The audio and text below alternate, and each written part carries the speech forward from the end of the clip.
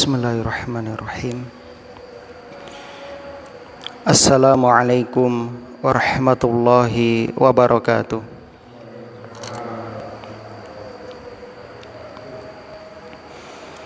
Innal hamdalillah nahmaduhu wa nasta'inuhu wa nastaghfiruh wa na'udzu billahi min syururi anfusina wa sayyiati a'malina. May yahdihillahu fala mudhillalah wa may yudlil fala hadiyalah.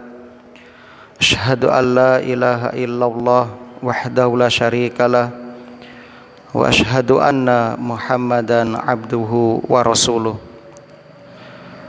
Qala Allahu ta'ala fil Qur'an, a'udzu billahi minasyaitonir rajim. Ya ayyuhalladzina amanu taqullaha haqqa tuqatih wala tamutunna illa wa antum muslimun.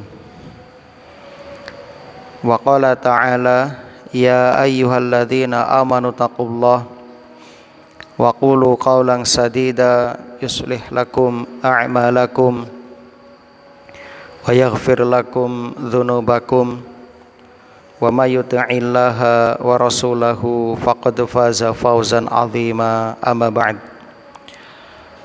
Kaum muslimin dan muslimah jamaah pengajian yang mudah-mudahan senantiasa dirahmati oleh Allah di dunia dan di akhirat. Alhamdulillah alladzi bi ni'matihi tatimmus shalihat. Segala puji bagi Allah yang dengan nikmatnya niat-niat salih hamba dapat terlaksana.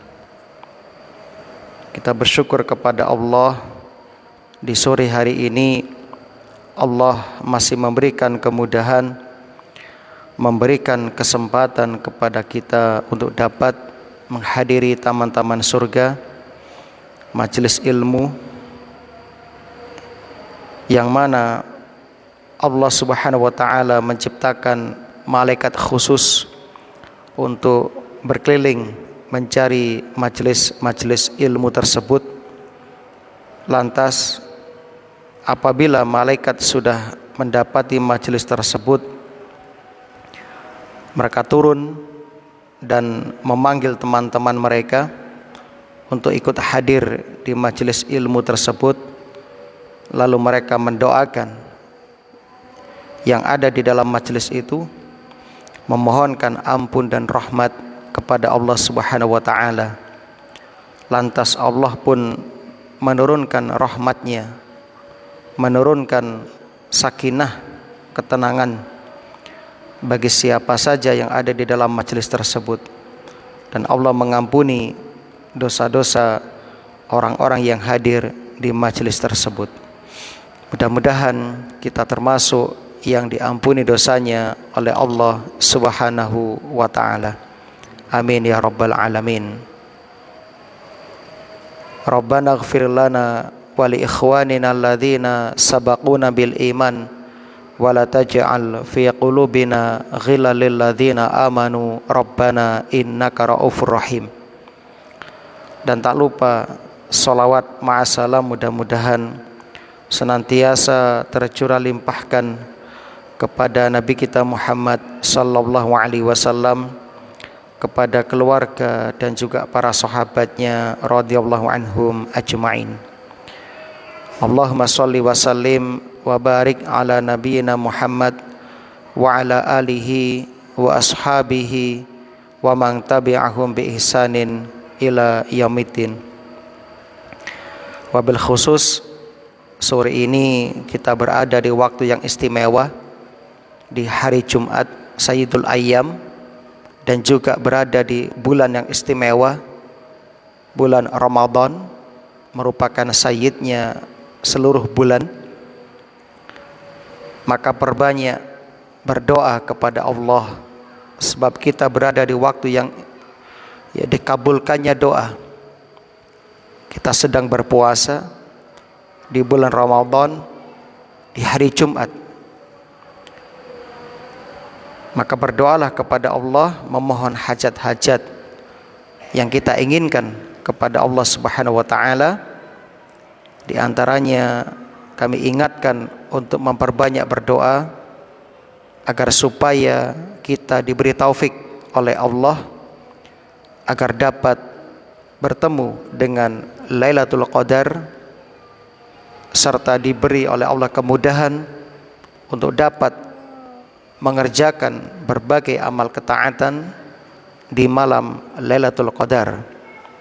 Allahumma wafiqna fi Lailatul Qadri, Allahumma wafiqna fi Lailatul Qadri, Allahumma wafiqna fi Lailatul Qadri. Alhamdulillah, kita akan melanjutkan kembali membacakan tafsir surah Yunus. Ayat yang kita bahas melanjutkan pembahasan kemarin, yaitu ayat yang ke-9. Setelah Allah Subhanahu wa taala menyebutkan tentang mereka yang menolak akan adanya hari berbangkit, hari pembalasan, Allah Subhanahu wa taala menyebutkan tempat tinggal mereka,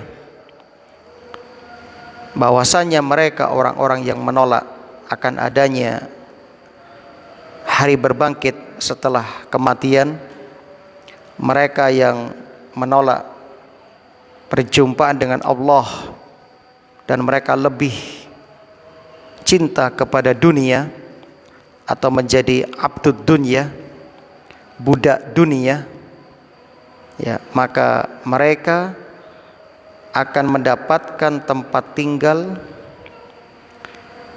yaitu neraka jahanam.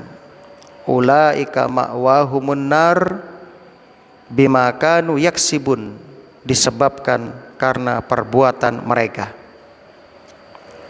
Kenapa mereka itu disebut sebagai budak dunia ataupun budak harta? Karena Rasulullah sallallahu alaihi wasallam bersabda dalam hadis Al-Bukhari, ta'isa abdud dinar, ta'isa abdud dirham, ta'isa abdul khamisah, ta'isa abdul khamilah, in u'tiya radiya wa illam yu'ta sakhita. Ta'isa abdud dinar, celakalah hamba dinar, celakalah hamba dirham, celakalah hamba khamisah dan hamba khamilah, sejenis pakaian yang terbuat dari sutra. In u'tiya radiya, jika diberi ia senang, wa illam yu'ta sakhita, jika tidak diberi dia marah. Orang tersebut disebut sebagai abdud dinar, budak harta, karena mereka menghabiskan potensinya di dunia ini, menghabiskan tenaganya, menghabiskan waktunya hanya untuk mengumpulkan harta, hanya untuk mengejar dunia. Jadi yang mereka cari hanya dunia. Ketika mereka tidak mendapatkan dunia, mereka marah, mereka suudzon, berburuk sangka kepada Allah Subhanahu wa ta'ala. Jadi mereka orang-orang yang tamak terhadap dunia, terhadap harta, mereka tamak. Seakan-akan harta itu berkata, carilah aku dan kerahkan semua tenaga kalian untuk mendapatkan aku. Lalu harta berkata lagi, carilah aku, cari terus, belum cukup, engkau perlu bekerja sampai malam, lembur sampai akhir pekan. Terus dia berbisik kepada mereka orang-orang yang cinta dunia, carilah aku, ya, korbankan sedikit kehormatan dirimu, korbankan prinsip hidupmu agar bisa mendapat uang di zaman ini, ya. Sehingga mereka pun melupakan prinsip-prinsip agama mereka, tidak peduli halal haram, tidak peduli, ya, ini harta saudaranya ataupun bukan. Yang penting mereka mendapatkan harta, mendapatkan harta. Padahal harta yang mereka cari itu sudah lebih dari cukup. Lantas untuk apa mereka masih mencari harta dunia? Untuk dikoleksi, untuk dikoleksi. Padahal bagi kita cukuplah makan itu sehari 2-3 piring. Cukuplah bagi kita sehari 1-2 baju. Cukuplah bagi kita 1 mobil, 1 motor. Cukup bagi kita kendaraan itu. Namun mereka belum cukup. Mereka terus mencari, mengumpulkan. Kemudian ketika sudah banyak dikoleksi.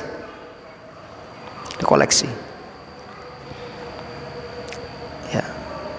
Itulah ciri-ciri hubbud dunya wa karahiyatul maut. Orang yang telah terkena penyakit wahan. Wahan itu artinya cinta dunia dan benci akhirat, benci kematian. Wassalam. Ibnu Katsir berkata, membawakan sebuah syair, anta lil mal idza amsaktahu fa idza anfaqtahu fal malu laka. Anta lil mal idza amsaktahu, engkau sejatinya akan menjadi budak harta jika engkau menahan harta tersebut. Jadi harta yang kita cari kemudian kita simpan, itu hakikatnya kita menjadi budak bagi harta itu. Fa idza anfaqtahu fal malu laka. Maka jika engkau menginfakkan harta itu, maka barulah harta itu menjadi milikmu. Jadi kalau selama ini kita masih menyimpan harta itu di rekening kita, dalam bentuk tabungankah, dalam bentuk apapun itu, simpanan apapun itu, selama harta itu belum engkau manfaatkan di jalan Allah, tidak engkau infakkan, maka engkau sejatinya adalah budak harta.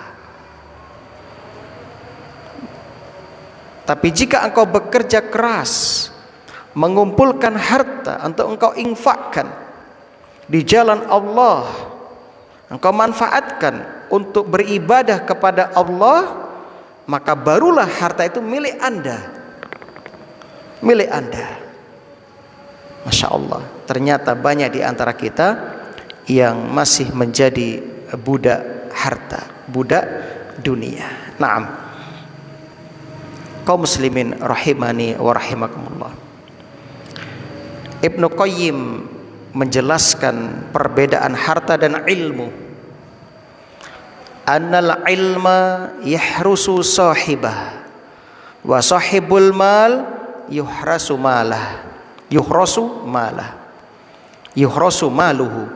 Ilmu itu menjaga pemiliknya, sedangkan sahibul mal, pemilik harta, ya, yahrusu malahu, akan menjaga hartanya, Maka kaum muslimin, Rasulullah mengingatkan kepada kita tentang ujian, fitnah umat Nabi Muhammad sallallahu alaihi wasallam yang jauh-jauh hari Nabi khawatirkan. Dalam hadis Al-Bukhari dikatakan, inna likulli ummatin fitnah. Sesungguhnya pada setiap umat ada fitnah, ada ujiannya. Wa fitnatu ummati al-mal. Dan fitnah umatku adalah harta. Manusia menjadi budak harta juga karena kerakusan dan ketamakan mereka terhadap harta. Bahkan manusia lebih rakus daripada serigala yang berada di segerombolan domba.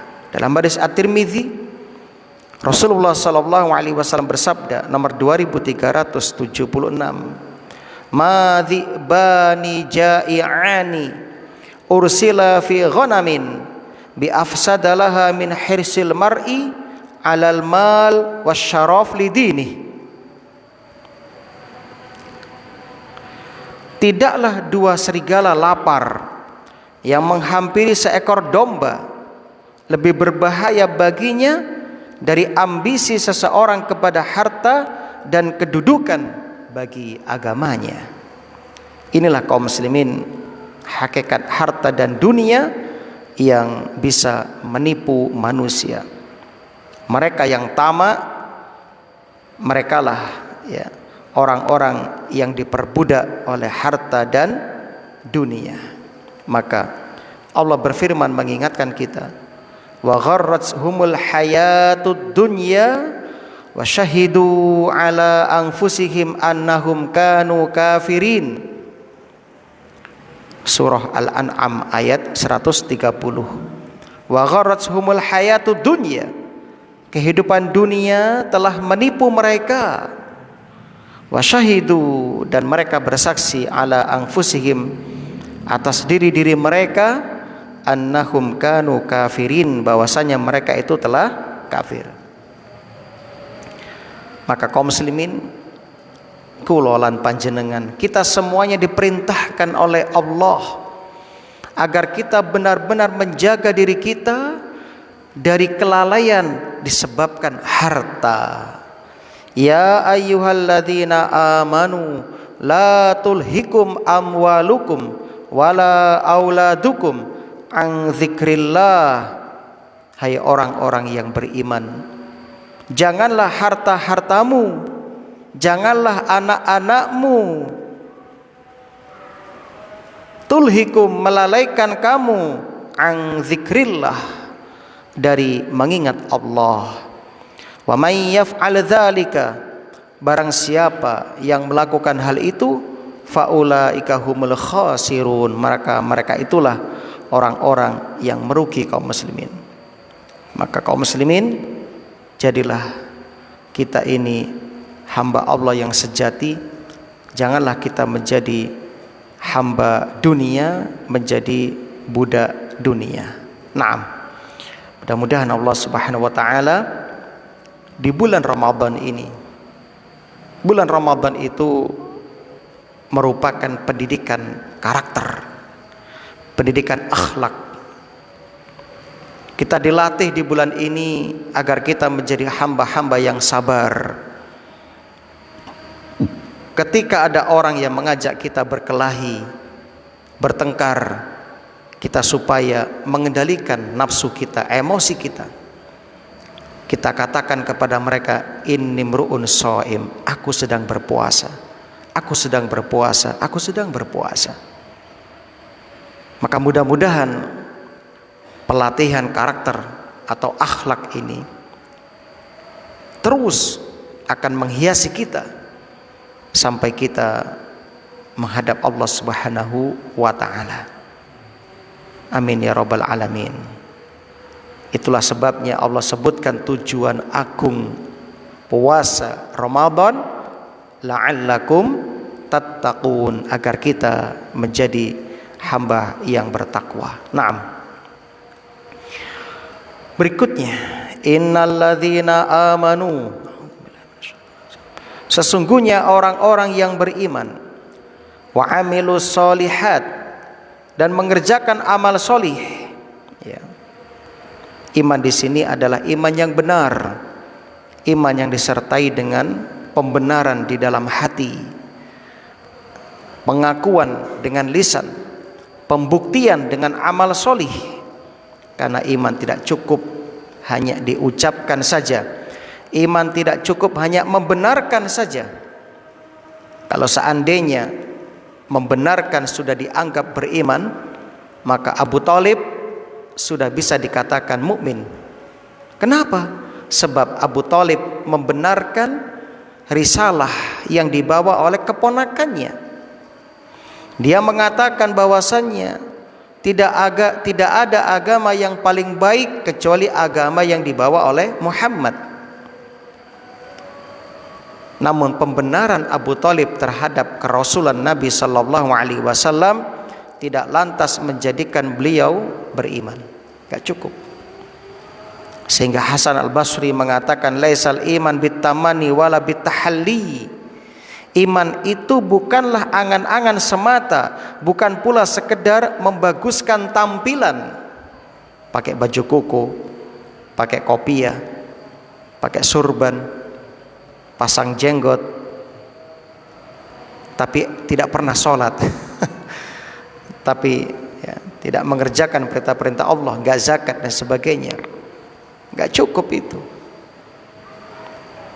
Walakinnahu bima waqara fis sudur wa saddaqathul a'mal.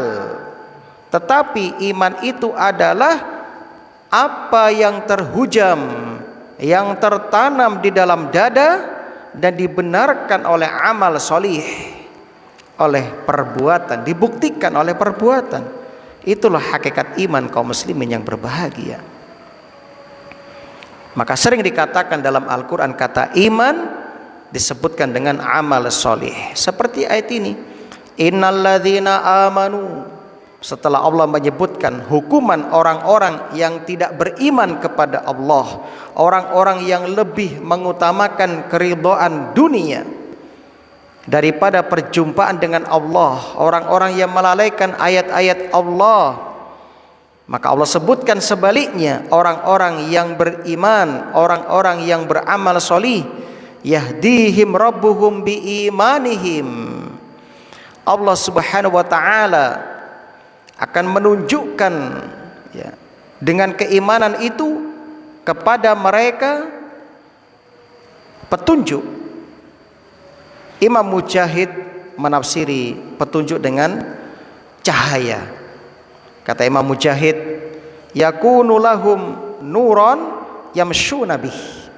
Jadi orang yang di dunia itu beriman kepada Allah, mengerjakan amal solih, Allah akan berikan petunjuk cahaya nanti dari kiamat yang dengannya dia akan berjalan menuju ke surga Allah.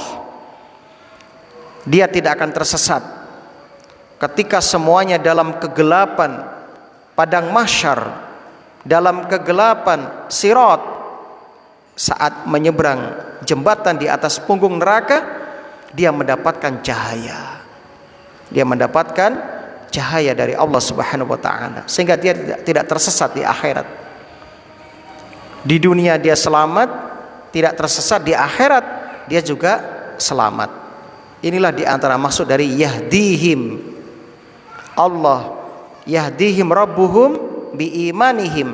Allah memberikan cahaya kepada mereka disebabkan keimanan mereka. Jadi iman itu kaum muslimin mengantarkan kepada surga Allah. Iman mengantarkan kepada keselamatan dunia dan akhirat kita. Maka Nabi terus memohon kepada Allah agar imannya ditetapkan. Allahumma ya muqallibal qulub sabbit qalbi ala dinik. Wahai zat yang membolak-balikkan hati, teguhkan hatiku di dalam agamamu. Terutama ini bulan Ramadan, terus berdoa, jangan pernah berhenti berdoa.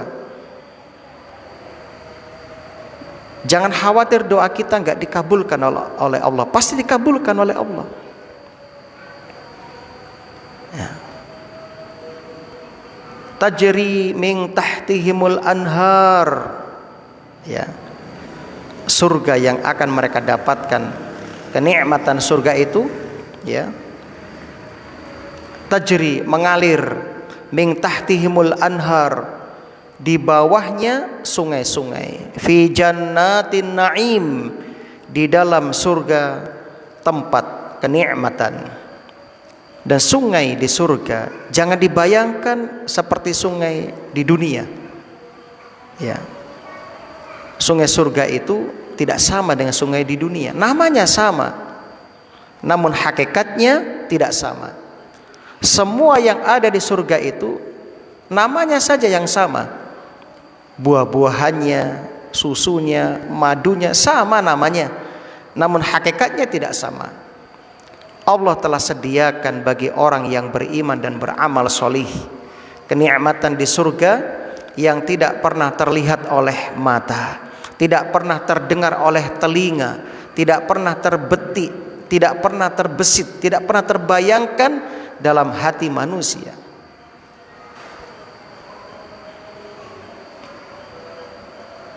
Maka bersabarlah kaum muslimin, bersabarlah untuk mendapatkan kenikmatan yang kekal abadi selama-lamanya di akhirat nanti. Kaum muslimin yang berbahagia, ada seorang istri sangat cinta dan besar rasa cemburunya kepada suaminya. Lalu dia bertanya kepada seorang syekh, bayangkan wanita itu kalau kadung cinta, cintanya dibawa mati kaum muslimin. Buktinya dia sangat cinta kepada suaminya dan cemburunya dibawa sampai ke surga. Dia bertanya kepada syekh tersebut, ya syekh, bolehkah di surga nanti aku meminta kepada Allah agar suamiku tidak dikasih bidadari? Loh kenapa? Aku cemburu syekh. Aku cemburu. Ya, jadi seorang wanita itu kayak itu, Pak. Makanya hati-hati dengan wanita. Makanya Rasul menggambarkan wanita seperti gelas kaca. Gelas kaca. Kalau sudah retak, maka sulit untuk dikembalikan. Kalau sudah tersakiti, ingat terus itu. Kalau sudah saking cinta, besar cintanya, cemburu sampai ke surga. Saya tertawa, Pak. Dia tertawa ya mendengar pertanyaan seorang wanita yang cemburu kepada suaminya. Dia cemburu dengan saingannya bidadari di surga. Masya Allah. Ya. Kaum muslimin dan muslimah yang berbahagia, sadarilah para istri orang-orang yang beriman di surga kelak itu, mereka mengalahkan para bidadari yang ada. Mereka lebih cantik daripada bidadari. Mereka lebih sempurna daripada bidadari yang ada. Jadi nanti dimodifikasi oleh Allah Subhanahu wa taala. Yang sekarang kakek nenek suami istri masih setia, lalu meninggal dunia, jangan khawatir, nanti di surga Anda dikembalikan menjadi muda. Ya. Di surga tidak ada nenek-nenek, di surga nggak ada kakek-kakek, semuanya muda di surga, masya Allah. Jadi nggak usah kupuh, Ustadz, saya sudah umur sekian, rambut sudah memutih, kulit sudah mulai keriput, saya khawatir suamiku tidak cinta lagi kepadaku, Ustadz, bolehkah saya pakai semir hitam misalnya? Sudah nggak usah, jangan. Ya, bersabarlah kaum muslimin. Nah, itu kenikmatan surga, jannat naim, jannatun naim. Ya, dakwahum, perhatikan di sini. Ini bisa kita contoh, kita teladani. Dakwahum, doa mereka penghuni surga, fiha, di dalam surga, subhanakallahumma, tanzih, mereka mensucikan Allah. Maha suci Allah, maha suci Engkau ya Allah, Tuhan kami. Allahumma ya Allah, wa tahiyyatuhum fiha salam, dan salam penghormatan mereka ialah salam sejahtera. Dan wa akhiru da'wahum, akhir dari doa mereka, alhamdulillahi rabbil alamin, segala puji bagi Allah seluruh alam semesta. Kaum muslimin yang berbahagia,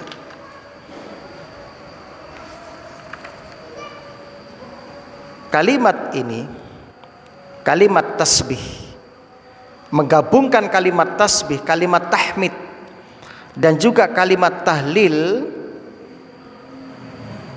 menjadikan sebuah doa ini sudah diajarkan oleh Nabi sallallahu alaihi wasallam. Bahkan para sahabat menjuluki dengan istilah doaul karbi, doa dikala sedang susah, doa dikala sedang gelisah, ya. Jadi doanya mereka, Rasulullah sallallahu alaihi wasallam dan para sahabat, ketika mereka sedang gundah gulana, mereka mengalami kesusahan yang berat, maka mereka mengamalkan doa yang Nabi ajarkan, menggabungkan tasbih, tahmid dan tahlil, sebagaimana yang diriwayatkan oleh Imam Al-Bukhari dan Muslim, ya, yang disebut dengan istilah doaul karbi.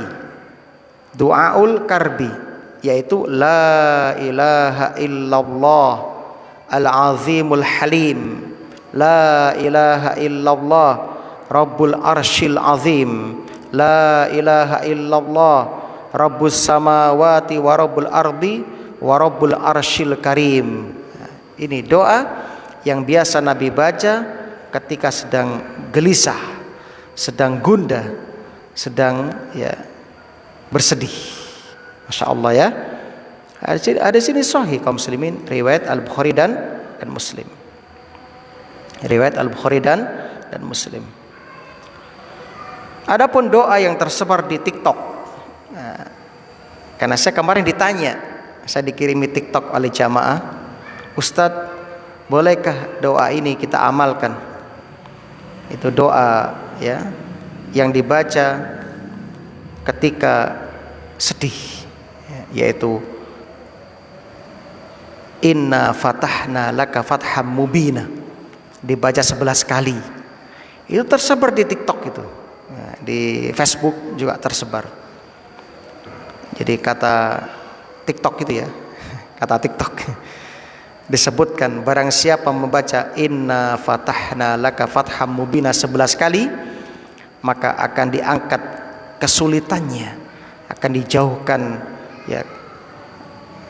penderitaannya, akan diberi rezeki yang lapang, dibuka semua kemudahan untuknya. Masya Allah.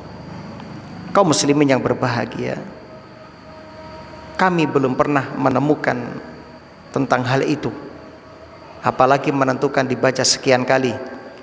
Yang kami temukan adalah hadis yang kita sampaikan sore ini, riwayat Al-Bukhari nomor 6034, ya, 6346, dan Muslim nomor 2730, yaitu la ilaha illallahul azimul halim, la ilaha illallah rabbul arshil azim, la ilaha illallah rabbus samawat wa rabbul ardi wa rabbul arshil karim.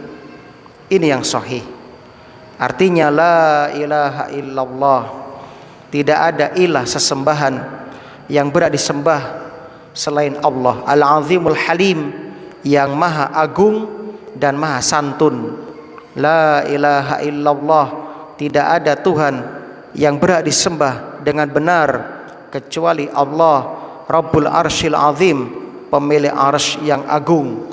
La ilaha illallah, tidak ada Tuhan yang berhak disembah dengan benar kecuali Allah, Rabbus samawati wa rabbul ardi, Rabb pemilik langit dan pemilik bumi, wa rabbul arsyil karim, dan pemilik arsy yang mulia. Baca doa ini kaum muslimin ketika Anda gundah, galau, gulana. Kemudian kaum muslimin disunnahkan, bahkan sebagian mewajibkan, ketika hendak makan membaca bismillah dan mengakhiri dengan membaca hamdalah seperti penghuni surga ini. Bahkan disebutkan dalam hadis sahih Muslim, innallaha la yarda 'anil 'abdi ayyakulal aklata fayahmidahu 'alaiha au yashrabu syarbah fayahmidahu 'alaiha. Sesungguhnya Allah pasti meridhoi hamba yang apabila dia memakan makanan lantas setelahnya dia memuji Allah, atau dia meminum minuman lantas dia memuji Allah atas minuman itu, mengucapkan hamdalah setelah makan dan minum, Allah akan ridho kepadanya, ya, bahkan Allah mengampuni dosa-dosanya. Masya Allah. Dan juga dianjurkan di akhir doa menutup seperti doanya penghuni surga, wa akhiru da'wana anil hamdulillahi rabbil alamin. Yang terakhir, keimanan dan amal solih merupakan jalan bagi manusia menuju ke surga Allah Subhanahu wa ta'ala. Maka kaum muslimin, ya, pertahankan keimanan kita agar kita semuanya istiqomah dan semuanya wafat di atas iman dan Islam. Allahumma rizukna husnal khitam, Allahumma rizukna husnal khitam, Allahumma rizukna husnal khitam, wa na'udzu billah min su'il khatimah. Amin ya rabbal alamin. Kemudian ayat berikutnya tentang isti'jalul insan al khair daiman wasyarr halul ghadab. Tentang di antara salah satu watak manusia itu adalah selalu meminta disegerakan, ya, kebaikan dan kejahatan saat kondisi marah. Saat kondisi marah. Naam. Jamaah yang berbahagia, Allah Subhanahu wa taala banyak menyebutkan di dalam Al-Qur'an di antara karakter atau sifat watak manusia, yaitu di antara karakter kita adalah mudah tergesa-gesa. Manusia itu senang ke susu, ya. Padahal tergesa-gesa itu termasuk min akhlaqis sayyi'ah, termasuk akhlak yang buruk, akhlak yang tercela, akhlak yang tercela. Maka jangan remehkan akhlak ini kaum muslimin. Saking sempurnanya agama kita, agama Islam, sampai akhlak ini dibahas, sampai sifat ini dibahas. Ini menunjukkan apa? Ini menunjukkan Islam itu betul-betul menjaga kemaslahatan pemeluknya, menjaga kebaikan umatnya. Islam betul-betul memperhatikan perkara-perkara yang baik bagi mereka serta memotivasinya, dan Islam, ya, memperingatkan perkara-perkara yang buruk bagi pemeluknya dan memperingatkan agar menjauhi perkara-perkara tersebut. Dan ini sudah dijelaskan oleh Rasulullah sallallahu alaihi wasallam, yang mana Nabi diberi gelar oleh Allah, diberi cap, stempel oleh Allah, wa innaka la'ala khuluqin azim. Sesungguhnya engkau ya Muhammad benar-benar di atas akhlak yang agung. Apa itu tergesa-gesa? Tergesa-gesa secara bahasa diambil dari bahasa Arab isti'jal, ajalah, dan tasarru'. Ya, jadi ada 3 bahasa, maknanya sama. Semuanya itu isti'jal, ajalah, tasarru' bermakna satu, yaitu tergesa-gesa. Lawannya anah dan tasabbut, itu lawannya. Anah artinya tenang, ya, berpikir yang jernih sebelum bertindak, tidak tergesa-gesa, enggak kesusu. Dan tasabbut, ya, berhati-hati, ya, tidak terburu-buru atau pelan-pelan. Itu lawan dari ajalah.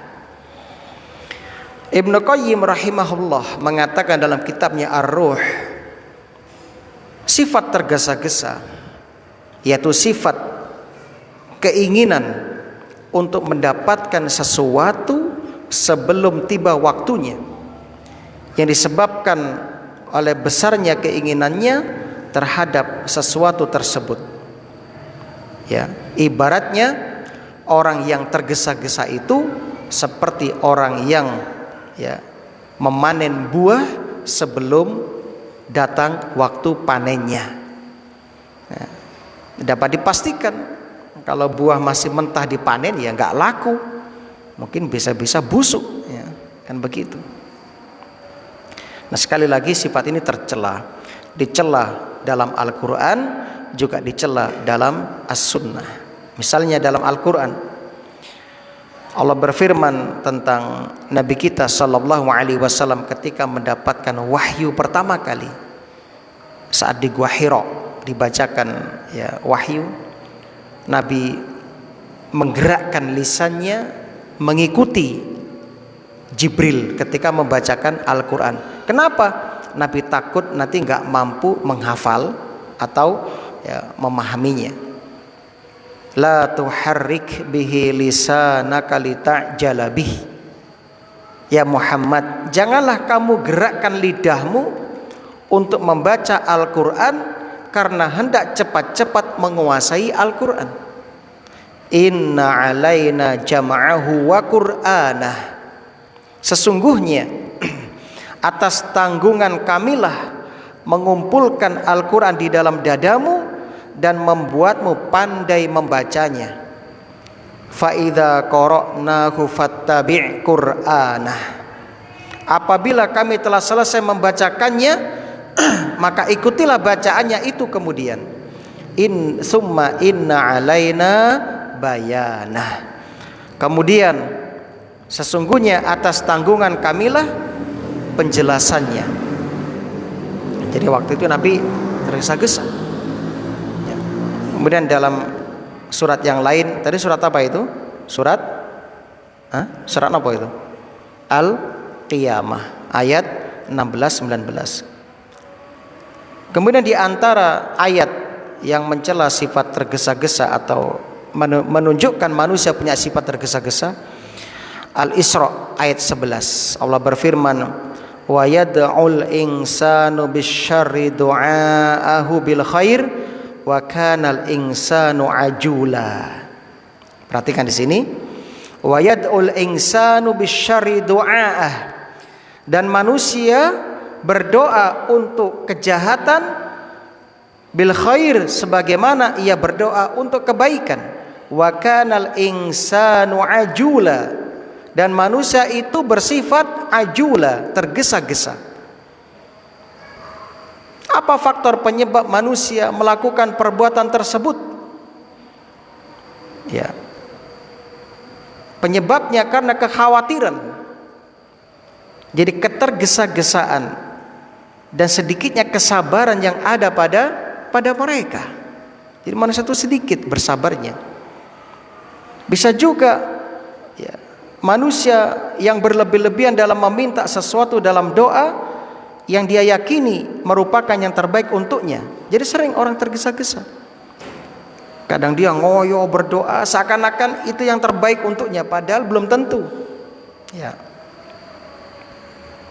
Asa ayyakuna, bisa jadi itu baik baginya tapi buruk bagi Allah Subhanahu wa taala. Ya. Asa an tuhibbu syai'an wa huwa syarrul lakum. Bisa jadi kamu mencintai sesuatu yang menurut kamu baik, ternyata buruk bagimu. Wa angsa an takrahu syai'an wa huwa khairul lakum. Bisa juga sebaliknya, engkau membenci sesuatu ternyata itu baik bagimu. Ya. Karena manusia sering tergesa-gesa. Ya. Karena dia tuh sering gak memikirkan jangka panjangnya. Ya. Dia berdoa minta kekayaan misalnya, enggak suki-suki, wis pirang tahun aku ndonga ya Allah misalnya, akhirnya terkesusu, padahal Allah lebih tahu. Bisa jadi kalau dia dikasih kekayaan di waktu itu, dia menjadi lupa diri, dia tidak ya ibadah lagi kepada Allah, atau mungkin jauh dari Allah, atau sebaliknya. Maka Allah lebih tahu tentang kebaikan bagi kita. Maka tugas kita terus berdoa, berdoa, berdoa. Semua yang Allah berikan itu yang terbaik. Bisa jadi kita saat ini istiqomah di atas al-haq, di atas sunnah Nabi sallallahu alaihi wasallam, bisa jadi karena doa-doa kita yang enggak dikabulkan oleh Allah dalam satu sisi, tapi Allah berikan kepada sisi yang lain, kita diberi keistiqomahan misalnya. Bahkan Anda bisa berdoa itu nikmat dari Allah yang harus disyukuri. Itu ibadah. Ad-du'a wal ibadah. Doa itu adalah ibadah. Maka ketika Anda dimudahkan banyak berdoa kepada Allah, maka itu ibadah, nikmat itu. Umar bin Khattab mengatakan, aku tidak pernah mengkhawatirkan akan dikabulkan tidaknya doaku, tidak.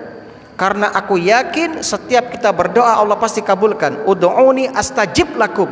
Kan begitu janji Allah. Berdoalah kepadaku tak kabulkan. Tapi yang aku takutkan adalah ketika Allah mencabut keinginanku untuk berdoa kepada Allah Subhanahu wa taala. Ini yang beliau takutkan.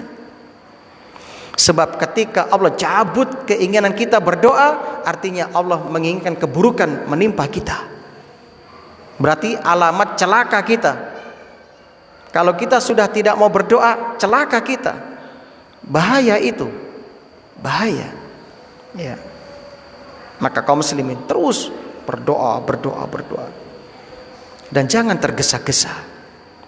Rasul mengatakan, ya, banyak orang yang berdoa dan tergesa-gesa. Apa bentuk tergesa-gesa dalam berdoa? Dia mengatakan, ya Allah, saya sudah berdoa, meminta, tapi engkau belum kabulkan ya Allah. Itu namanya tergesa-gesa. Nah, maka kaum muslimin sekali lagi, kita lemah, ilmu kita terbatas, kita jahulah, kita tuh bodoh. Ya. Jadi jangan sampai kita tergesa-gesa dalam segala aspek kehidupan kita. Ya. Begitu juga dalam hadis banyak kita jumpai, ya, Rasulullah sallallahu alaihi wasallam mencela orang yang tergesa-gesa seperti dalam doa-doanya dan sebagainya. Ulama mengatakan ini pesan yang indah dari ulama salaf, ulama terdahulu yang bernama Dhunnun. Julukannya Dhunnun. Nama aslinya Thauban bin Ibrahim rahimahullah.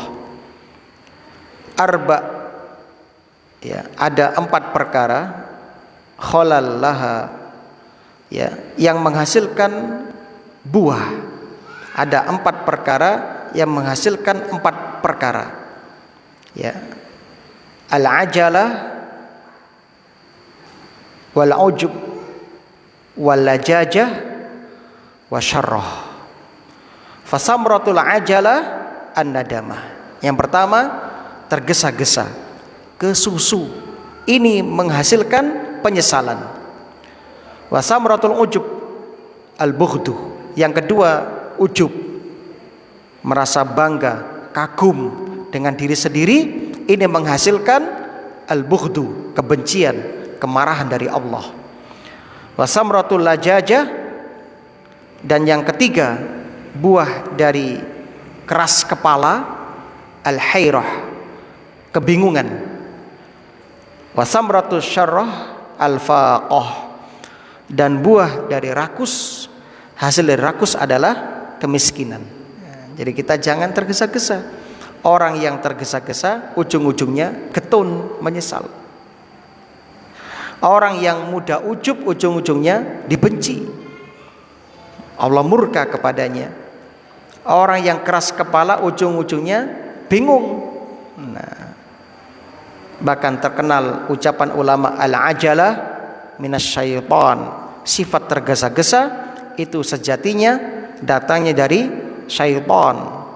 Orang yang gegabah, kurang berpikir, tidak berhati-hati dalam bertindak, itu karena, ya, pengaruh dari syaitan. Sedangkan pelan-pelan, lemah lembut, ya, penuh dengan, ya, pemikiran yang mendalam sebelum bertindak, itu kebijaksanaan yang Allah berikan kepadanya. Nah, Maka kaum muslimin rahimani wa rahimakumullah, biasanya sifat tergesa-gesa muncul yang pertama adanya pendorong dalam diri untuk mewujudkan perkara yang diinginkan, seperti dalam ayat kita bahas nanti ya, di mana mereka itu mendorong keinginan-keinginan yang kuat dalam diri mereka. Yang kedua, biasanya muncul adanya cara pandang atau pemikiran yang kurang menyeluruh terhadap suatu perkara ya, jadi hanya memandang ya dengan sebelah mata, tidak memandang dengan mata yang luas, dengan pemikiran yang mendalam, sehingga dia mudah tergesa-gesa. Naam, saya kira itu dulu untuk kajian kita.